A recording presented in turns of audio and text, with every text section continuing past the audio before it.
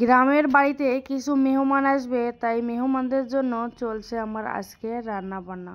পুরো ভিডিওটি দেখবেন, কি কি রান্না করলাম সব থাকবে আজকের এই ভিডিওটিতে। হাই এভরিওয়ান, আসসালামু আলাইকুম। সবাই কেমন আছেন? আশা করি সবাই খুব ভালো আছেন। আপনাদের দোয়ায় আমরা অনেক ভালো আছি। গ্রামে গেলে মনটা কিন্তু অনেক শান্তি পায়। গ্রাম মানে একটা শান্তির জায়গা। নতুন একটা আবহাওয়া এখন চলছে, নতুন নতুন আবহাওয়া। গ্রামে কিন্তু বেশ ভালো লাগতেছে। তা আজকে আমি এখানে মাংস রান্না করব, 5 কেজি গরুর মাংস রান্না করব। তাই এখানে মাংস রান্না করার জন্য সব মশলাপাতি দিয়ে দিচ্ছি। এখানে প্রথমে পেঁয়াজ দিয়ে দিলাম, পরিমাণ অনুযায়ী তেল, আদা বাটা, রসুন বাটা, লবণ, হলুদ, মরিচের গুঁড়া, ধনিয়ার গুঁড়া, সব মশলাপাতি দিয়ে মশলাগুলো আমি কষিয়ে নেব।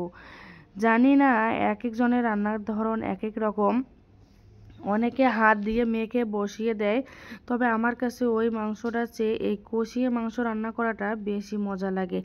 কারণ এখানে পেঁয়াজটা গলে যায় আর মশলাটার কালারও সুন্দর আসে। মাংসগুলো দেওয়ার পর কালারটা আরও সুন্দর এসে যায়।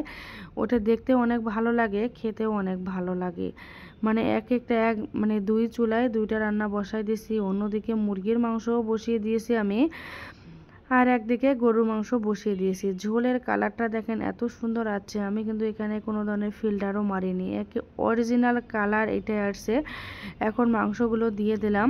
তবে আমার বাসায় মানে আমি খড়ির চুলা নাই, খড়ির চুলা আছে, খড়ি নাই, আমি গ্যাসের চুলায় রান্নাবান্না করতেছি। পরবর্তীতে গ্রামে গেলে আপনারা খড়ির চুলা রান্নাবান্না দেখতে পারবেন।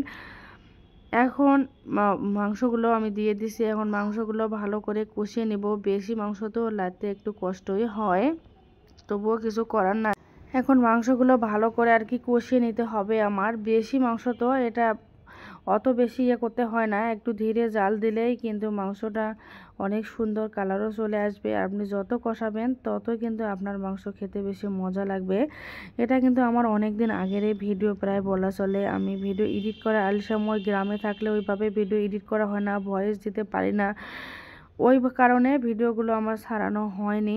দেখেন মাংসর কালারটা কিন্তু আমার অনেক অনেক অনেক সুন্দর এসেছে। আমার রান্না করতে অনেক বেশি ভালো লাগে, রান্না করতে কোনো আলসামও লাগে না।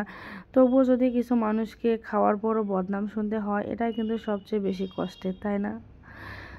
এখন মাংসটা রান্নার আমার ফাইনাল লুক। এখানে কিন্তু দেখা যাচ্ছে অল্প মাংস, কিন্তু বাস্তবে অনেকগুলোই ছিল, 5 কেজিরও বেশি ছিল। এখন আবার পোলাও রান্না করে নেব। পোলাও রান্না করার জন্য পরিমাণ অনুযায়ী তেল, পেঁয়াজ, তারপরে দারচিনি, মানে গরম মশলা কিছুটা দিয়ে এখন এই যে চালটা দিয়ে দিছি। এখানে প্রায় 2.5 কেজির মতো চাল আছে, দিয়ে এখন ভালো করে চালটা ভেজে নেব। পোলাও রান্না কিন্তু সবচেয়ে সহজ, আর আমরা পোলাও রান্না করতেই কিন্তু বেশি ভয় পাই, তাই না? তবে পোলাও রান্না করাই কিন্তু অনেক বেশি সহজ, মানে 10-15 মিনিটের মধ্যেই কিন্তু পোলাও রান্নাটা হয়ে যায়। এখন পোলাওটা রান্না করতেছি, অন্যদিকে মাছ ভাজি করতে হবে। মানে ডাল রান্না করছিলাম, ডালের ভিডিও তো আপনাদেরকে মনে দেখাইনি। এখন যে পানি দিয়ে দিছি পরিমাণ অনুযায়ী, তারপর এখানে কয়েকটা কাঁচামরিচ দিয়ে দিলাম। কাঁচামরিচ দিলে ফ্লেভারটা অনেক সুন্দর আসে।